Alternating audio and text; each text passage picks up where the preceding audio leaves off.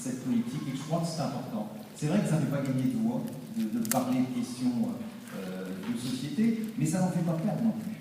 J'en suis aussi persuadé. Et c'est important de montrer qu'il y a quand même dans notre pays, heureusement, des élus courageux. J'espère que bientôt, dans le 10e arrondissement, il y aura l'expérimentation d'une salle de consommation à moindre risque. Ce sera avant la fin de l'année, et je sais qu'on le devra. On devra dans nos destinations, et puis bien sûr à celle aussi de tous les militants. Je voudrais bien sûr remercier aussi très chaleureusement Viviane. Viviane que j'ai connue grâce à Hélène Azera, parce que pour tout vous dire, cette conférence cette journée, ce travail n'aurait pas eu lieu si Hélène ne m'avait pas suggéré de contacter Viviane, parce qu'on voulait absolument que vous soyez là tous, et on savait que prendre quelqu'un qui n'est pas forcément français, qui est dans un autre pays, qui a une vraie autorité sur la question, ça pourrait permettre d'avoir tous les acteurs ici présents. Et Viviane a fait un grand travail de coordination, un travail militant, je dirais quelque part, avec beaucoup de sourires, beaucoup de gentillesse, beaucoup d'énergie, de savoir, de diplomatie et d'humanité. Et je la remercie encore, comme je remercie Hélène Azera d'avoir aussi beaucoup aidé à l'organisation de cette manifestation, même si très modestement elle dira qu'elle n'a rien fait, qu'elle y est pour rien. Je peux vous assurer qu'elle est pour quelque chose dans cette journée aujourd'hui. Alors surtout, je voudrais vous remercier toutes et tous, toutes les associations d'avoir répondu présentes. Soyons francs, il y a des tensions entre associations. Je n'ai pas l'impression d'ailleurs de dévoiler un si grand secret en disant cela.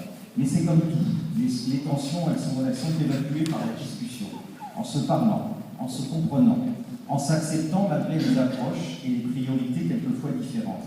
Et c'est là, je crois, que le CRIPS, le Centre régional d'information et de prévention du sida, et je salue sa nouvelle directrice générale qui est au premier rang, Samia. Levez-vous, Samia, que tout le monde ne vous connaît pas encore, vous aurez l'occasion peut-être de la voir tout à l'heure. Le CRIPS, évidemment, n'est pas un organisme militant, mais en même temps, le CRIPS n'est pas neutre à la fois dans son travail, même si nous sommes sur toutes les questions de société dans ce qu'on appelle le non-jugement. Au-delà d'être un centre ressources, un centre d'action, nous pouvons jouer le rôle de rassembleur et nous pouvons être un trait d'union entre associations. Un trait d'union, je crois que c'est plutôt pas mal comme image. Parce que ça mène d'abord à l'union. Alors cette union, elle n'est pas souhaitable, elle est indispensable, autant que nécessaire. Aujourd'hui, les urgences sont devant nous. On doit faire face à un manque criant de données sur les trans, la santé, la prévalence au VIH.